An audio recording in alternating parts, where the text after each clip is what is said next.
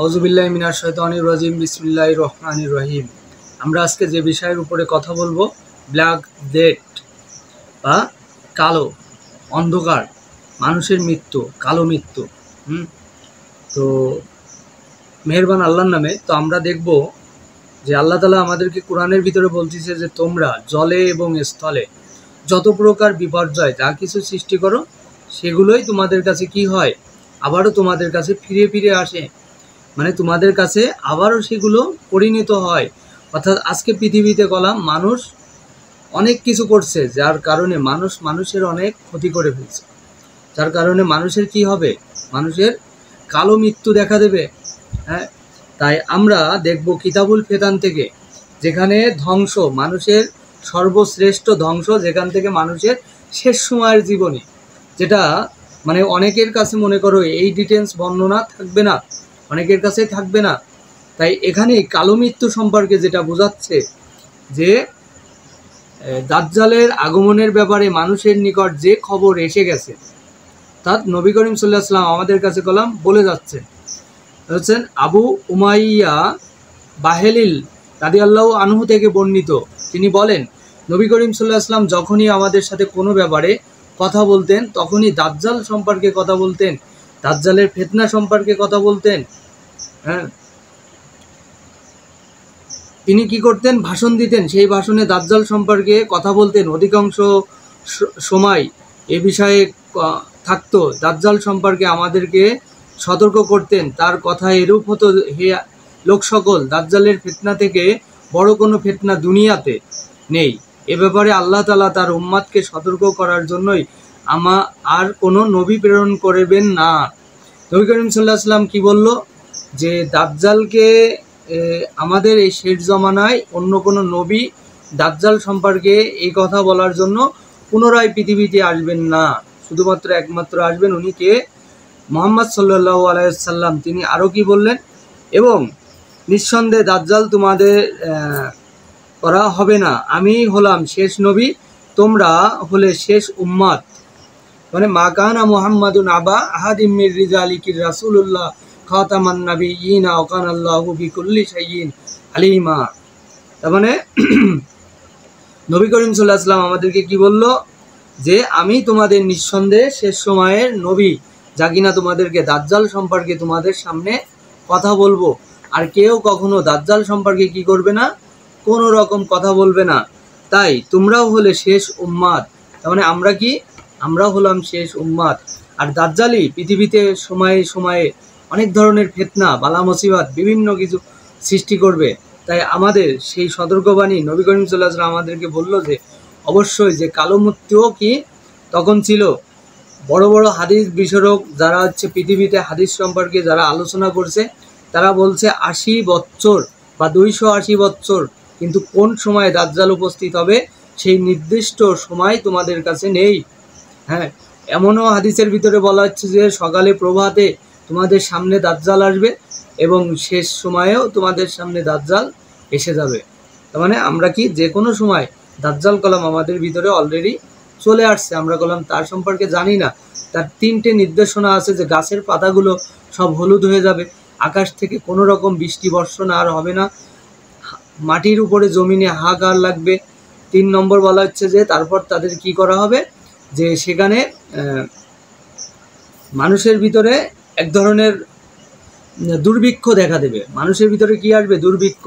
Already আমরা column 2019 সালে দেখছি যে করোনা ভাইরাস মানুষের মধ্যে কঠিন দুর্ভিক্ষ নিয়ে আসছে, কিন্তু দ্বিতীয়বার, যেটা 4-5 বছর পরে আবার কি হবার কথা ছিল, সেম সেই সময়টায় 2025 সালেও আমরা দেখছি করোনা ভাইরাস নিঃসন্দেহে, যেটাকে বলা হচ্ছে কালো মৃত্যু বা ব্ল্যাক ডেথ। হ্যাঁ, তো আমরা কলাম এই সম্পর্কে দাজ্জাল কলাম বলছে এমনভাবে যে নবী করিম সাল্লাল্লাহু আলাইহি ওয়াসাল্লাম তার সাহাবীদেরকে বলছে, তোমরা সেই সময় যদি থাকো তো অবশ্যই তোমরা কি করতে পারবা, তাকে চিহ্নিত করতে পারবা। তার ফিতনা যখন শুরু হবে তোমরা কোথায় থেকো, তোমরা পাহাড়ের উপরে চলে যেও, জমিনে অনেক ধরনের ফিতনা হবে। আর তোমাদের সর্বোচ্চ তাবিজের মতো কাজ করবে, কবজের মতো কি সূরা কাহাফ, তার প্রথম 10 আয়াত কি হবে, সেই সমস্ত মানুষদের জন্য সূরা কাহাফ হবে কি একদম মানে কি ইসের মতো, এই 10 আয়াতটা প্রতিদিন তাকে কি করবে, দাজ্জাল থেকে বাঁচিয়ে রাখবে। আর পুরো সে যদি প্রতি শুক্রবার সে পড়ে, তেলাওয়াত করে, পুরো সপ্তাহ ধরে সে কি থাকবে, দাজ্জালের ফিতনা থেকে সে মুক্ত থাকবে।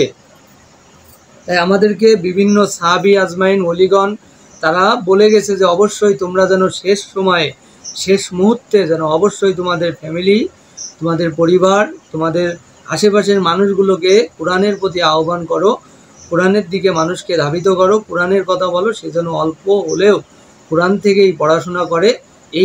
এটাই বলতেছে, হাদিসগুলো আমাদের এভাবে জানাচ্ছে যে সে যেন অবশ্যই কোরআনের সাথে থাকে, না হলে কি হবে, সে বিপদগ্রস্ত এবং বালা মুসিবাতের ভিতরে পড়ে যাবে। হ্যাঁ, করোনা ভাইরাসটা মূলত যখন নবী করিম সাল্লাল্লাহু আলাইহি ওয়াসাল্লাম বেঁচে ছিলেন, তার অনেক সাহাবীরাও তারা কলাম দেখছে বিভিন্ন প্রদেশে, বিভিন্ন উসমানীয় খলিফা খিলাফত চলাকালীন, তারপর রোমের সাম্রাজ্যে, এটাও দাজ্জালের ভিতরে একটা ফিতনা। হ্যাঁ, তো তারপরে হচ্ছে কস্তন্তনিয়া বিজয়, যেটা হচ্ছিল তুরস্কের, এটা কলাম হয়েছে। তারপরে কি হবে, দাজ্জালের ফিতনা। আরেকটা ফিতনা হচ্ছে ইয়াজুজ মাউজুজ, এটাও একটা ফিতনা। শেষ সময়ের এই ফিতনাগুলো আসবে। তাই এখানে নবী করিম সাল্লাল্লাহু আলাইহি ওয়াসাল্লাম আমাদেরকে বোঝাচ্ছে যে তোমরা কি করো, যে বের হবে এবং আমার জীবিত প্রত্যহৎকারী যথেষ্ট হবে। আমি যদি আমার পরে বের হয় তাহলে তোমাদের প্রত্যেক ব্যক্তি সরাসরি দলিল প্রেরণের তার মোকাবেলা করবে। নিশ্চয় আল্লাহ তাআলা প্রত্যেকে মুসলমানের জন্য সহায়ক। কারণ কি, আল্লাহ তাআলা কি করলো, প্রত্যেক মুসলমানের জন্য কি থাকবে, সহায়ক থাকবে। তার উম্মাদের জন্য সব থেকে বেশি যদি কোনো কেউ ভালোবাসতো তার উম্মাদকে, সেটা নবী করিম সাল্লাল্লাহু আলাইহি ওয়াসাল্লাম বলছে, আমি সব থেকে বেশি আমার উম্মাদকে ভালোবাসতাম, আর আমার উম্মাদও কি করে, আমাকেই ভালোবাসে। আর আল্লাহ তাআলা সেই উম্মাদদেরকে, শেষ সময়ের সেই উম্মাদদেরকে অবশ্যই দাজ্জালের ফিতনা মোকাবেলাতে তিনি কি করবেন, আল্লাহ তাআলা আমাদেরকে সাহায্য করবেন। হ্যাঁ, আমরা যখন বুঝে যাব আমরা সেই পথে থাকবো না। আর নবী করিম সাল্লাল্লাহু আলাইহি ওয়াসাল্লাম বললো, যদি আমার সময় যদি বের হতো আমি অবশ্যই তাকে প্রতিহত করতাম। হ্যাঁ, কিতাবুল ফিতান শেষ খণ্ড 1444 নম্বর হাদিস। হ্যাঁ, সেখানে এই কথা বলতেছে নবী করিম সাল্লাল্লাহু আলাইহি ওয়াসাল্লাম। 1445 নম্বর হাদিসে বলতেছে, কাব রাহিমাহুল্লাহ থেকে বর্ণিত, তিনি বলেন, কিয়ামতের কুকুর হলো দাজ্জাল, যে দাজ্জালের ফিতনার উপর সব সময় করবে, সবর করবে, ফলেও হবে না। আর যে ব্যক্তি বলতেছে, যে ব্যক্তি তাকে পাবে অথচ তার অনুসরণ করবে না, তার জন্য জান্নাত থাকবে। যে তাকে পাবে এবং তাই সেই দাজ্জালের অনুসরণ করবে না, শুধুমাত্র তার জন্য কি থাকবে, জান্নাত থাকবে। এবং পড়বে না। উক্ত আয়াতগুলোতে এই ঈমান সহ দাজ্জালের ফিতনা, তার লাঞ্ছনা ও তার হীনতার পূর্বে মুক্তি পেলে সে যেন স্থিরতে দাঁড়িয়ে থাকে। তার মানে দাজ্জালের ফিতনার ভিতরে সে যদি থাকে, সে যেন স্থির থাকে, অটল থাকে, অবিচল থাকে। হ্যাঁ, হীন মনোবল যেন না হারায় তার ভিতরে, সে যেন মোকাবেলা করে মুহাম্মদ সাল্লাল্লাহু আলাইহি সাল্লাম এর উম্মাত সাথীদের ন্যায়। হ্যাঁ, বলতেছে সে যদি অন্য কোনো ধর্ম, অন্য কোনো জাতিরও হয়, অন্য কোনো গেল খ্রিস্ট জাতি, দেখা গেল হিন্দু জাতি বা এরকম বৌদ্ধ জাতি, সে যদি অন্য জাতিও হয় এবং সে যদি দাজ্জালকে দেখে, সে যেন মুসলমানের ন্যায় সে যেন তার সাথে প্রতিহত করে, তার সাথে লড়াই করে। কারণ এই দাজ্জালটা শুধুমাত্র মুসলমানের জন্য ফিতনা না, এটা গোটা মানব জাতির জন্য কি হবে, একটা বড় ধরনের ফিতনা হবে। হ্যাঁ, হাদিস নাম্বার 1445 নম্বর হাদিস, কিতাবুল ফিতান শেষ খণ্ড। হ্যাঁ, তারপরে সুহাইব উবাইদা রাদিয়াল্লাহু থেকে বর্ণিত, তিনি বলেন যে তোমরা ভালোভাবে জেনে রাখো, তোমরা ততক্ষণ পর্যন্ত তোমাদের রবের সাথে সাক্ষাৎ করতে পারবে না যতক্ষণ পর্যন্ত না তোমরা মৃত্যুবরণ করো, আর তোমাদের রব অন্ধ নন। অর্থাৎ আল্লাহ তাআলা আমাদেরকে কি বললো, যে আমরা ততক্ষণ পর্যন্ত আমাদের রবের সাথে দেখা করতে পারবো না যতক্ষণ পর্যন্ত আমরা মারা যাব না। আর দাজ্জাল কি করবে, দাজ্জাল বলবে যে আমি তোমাদের রব, তোমরা আমাকে মেনে নাও।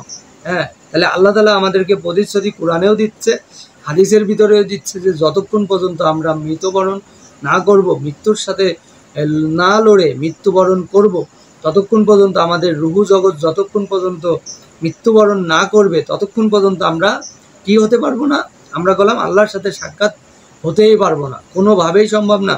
আর দাজ্জাল দেখাবে কি, মৃত্যুবরণ না করেও মানুষ দাজ্জালের সাথে সাক্ষাৎ করবে। ভয়ানক হাদিস। হ্যাঁ, মানুষ এখান থেকে আল্লাহ তাআলা বলতেছে যে তোমার রব কখনো তো অন্ধ নন। তোমার রব কি, তার মানে আমাদের আল্লাহ তাআলা কি নেন, অন্ধ না। হ্যাঁ, করতে পারবে না যতক্ষণ পর্যন্ত না তোমরা মৃত্যুবরণ করো। আর তোমাদের রব অন্ধ নন। নিশ্চয় দাজ্জাল আল্লাহ তাআলার উপর মিথ্যা আরোপ করবে। দাজ্জাল কি করবে, আল্লাহ তাআলার উপরে মিথ্যা আরোপ করবে। হ্যাঁ, তারপর বলা হচ্ছে যে চক্ষু, তার এক চক্ষু হবে মেটানো কোনো কানা, অথবা একেবারে ভিতরে ঢুকবে থাকবে না, বাইরেও থাকবে না। তার চোখ একেবারে কানাও হবে না, এবং তার চক্ষু ভিতরেও থাকবে না, বাইরেও থাকবে না, এবং তার চুল উকড়ানো থাকবে। মানে কি ডিটেলস বর্ণনা দিচ্ছে হ্যাঁ দাজ্জাল সম্পর্কে। এবং অর্থ যে একেবারে ভিতরেও ঢুকবে না, থাকবে না, বাইরেও উঠে থাকবে না। তার দুই চক্ষু মাঝখানে কাফের লেখা থাকবে। তার দুই চক্ষুর মাঝখানে কাফের লেখা থাকবে। আর এটাই শুধুমাত্র আমাদেরকে বোঝানো হচ্ছে এই কারণে যে তোমাদের মধ্যে দলিল প্রমাণ বিজয়ী হব। আর যদি আমার পরে বের হয় তাহলে প্রত্যেকের দলিল প্রমাণ সহকারে মোকাবেলা করবে। আমার উম্মাদের মুসলমানদের জন্য সহায়ক আল্লাহ তাআলাই হবেন। মানে কি বললো, যে আমার উম্মাদের মুসলমানের জন্য সহায়ক আল্লাহ তাআলা নিজে স্বয়ং হবেন। এই প্রথম অংশ পড়ে নেই এবং দাজ্জালের ফিতনা মানুষের জন্য কতটা ভয়ঙ্কর হবে তা রাসূল সাল্লাল্লাহু আলাইহি ওয়াসাল্লামই হাদিস থেকে সহজেই অনুমান হয়। তার মানে হাদিস থেকে সহজে অনুমান হচ্ছে যে তার ফিতনা। তার মানে দেখো, আমরা কলাম এখন এমন একটা সময় আছি যে আমরা কলাম প্রথম খণ্ডে, কিতাবুল ফিতানের প্রথম খণ্ডে কলাম আমরা এ ব্যাপারে আলোচনা করছি। কি আলোচনা, যে দাজ্জালের ফিতনা কিভাবে মানুষের কাছে আসবে, মহামারী কিভাবে মানুষের মাঝে ছড়িয়ে যাবে। তো যখন ওমর রাদিয়াল্লাহু তাআলা আনহু বা বিভিন্ন আলী রাদিয়াল্লাহু তাআলা আনহু, ওসমান রাদিয়াল্লাহু তাআলা আনহু তখনকার যুগগুলোতে যখন হতো এই ব্যাপারে, তখন সেই মুসলিম সৈন্যবাহিনীরা সেসব এলাকাতে যেত না, এক স্থান থেকে এক স্থানে যেত না। আর এখন আমরা যেটা দেখতে পাচ্ছি যে কোনো ব্যক্তির যদি এই সংক্রমণ রোগ হয়, সে যেন দূরে থাকে, চিকিৎসা নেয়, কোয়ারেন্টাইনের ভিতরে থাকে। তারপর সে কোনো জিনিস যদি ধরে, ওটা সাবান দিয়ে ভালো করে ধরে তারপরে ধুয়ে ব্যবহার করা লাগবে। এরকম নানান রকম কথা বলা হচ্ছে। কথাগুলো সেই সময়ও মানা হতো, সেই সময় এর থেকে আরও ডিপলি মানা হতো। নবী করিম সাল্লাল্লাহু আলাইহি ওয়াসাল্লাম যখন ছিলেন তখন ডাইরেক্টলি সেই অঞ্চলে, যে অঞ্চলে মহামারী হয়েছে সেই অঞ্চলে যাওয়া সম্পূর্ণ নিষেধ ছিল। হ্যাঁ, এবং সেই অঞ্চলের খাদ্য খাবার দিয়েই সেই অঞ্চল চলাফেরা করবে, এবং অন্য স্থানের খাদ্য খাবারও সেই অঞ্চলে ঢুকবে না। আর সেটাই হচ্ছে দুর্ভিক্ষের একটা কারণ ছিল। তাই এখানে আমাদেরকে নবী করিম সাল্লাল্লাহু আলাইহি ওয়াসাল্লাম বলছে যে প্রত্যেক মুসলমান যেন অবশ্যই কি করে, যে তারা যেন তাদের কিছু মাল সামানা জোগাড় রাখে, সরঞ্জাম সদাই এগুলো কি করে, সে যেন জোগাড় রাখে, যার কারণে সেই মহামারী চলাকালীন সময় সে যেন নিরাপদ বোধ মনে করে, আতঙ্কিত না হয়। তো দেখো, তাহলে আমাদেরকে নবী করিম সাল্লাল্লাহু আলাইহি ওয়াসাল্লাম আমাদেরকে কলাম অনেক রকমভাবে মহামারী সম্পর্কেও আমাদেরকে বুঝাইছে, যে আমরা কলাম সেই বর্ণনা সম্পর্কে জানি। অনেকে দেখা গেল জানে না, কিন্তু দাজ্জাল যে তার ফিতনা কঠিনভাবে মানুষের মাঝে প্রয়োগ করবে, এটাই তার সবথেকে বড় নির্দেশনা। আর তাই আমরা যেন অবশ্যই সেই দাজ্জালের কোনো রকম ফিতনার ভিতরে না পড়ি। আর তাই নবী করিম সাল্লাল্লাহু আলাইহি ওয়াসাল্লাম আমাদেরকে তার সাহাবী আজমাইন এবং ওলিদেরকে দ্বারা আমাদেরকে বোঝানোর চেষ্টা করতেছে এটাই, যে তারা বলে গেছে সূরা কাহাফ তোমাদের জীবনের কি হবে, রক্ষা কবচ। হ্যাঁ, যদি কোনো মুসলমান সূরা কাহাফের 10টা আয়াত প্রতিদিন তেলাওয়াত করে, সেই দাজ্জালের ফিতনা থেকে সে কীভাবে রেহাই পাবে। দ্বিতীয়ত, সে যদি প্রতি শুক্রবার পড়ে তাহলে তার জন্য কি হবে, পুরো সপ্তাহটাই তার জন্য বড় ধরনের বালা মুসিবত থেকে সে কীভাবে রক্ষা পাবে। মানে দেখো, এই কথাটা কলাম আজকে কিতাবুল ফিতানের ভিতরে উঠে আসছে।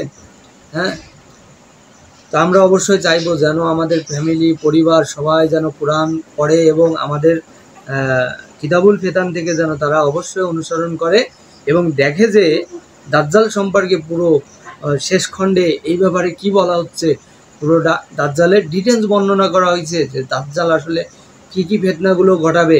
হ্যাঁ, দাজ্জাল ভয়ানক সব ফিতনা ঘটাবে, তার ভিতরে মহামারী কলম একটা বড় ফিতনা, যেটা ব্ল্যাক ডেথ, যেটা কালো মৃত্যু, এটা সব থেকে একটা বড় ফিতনা।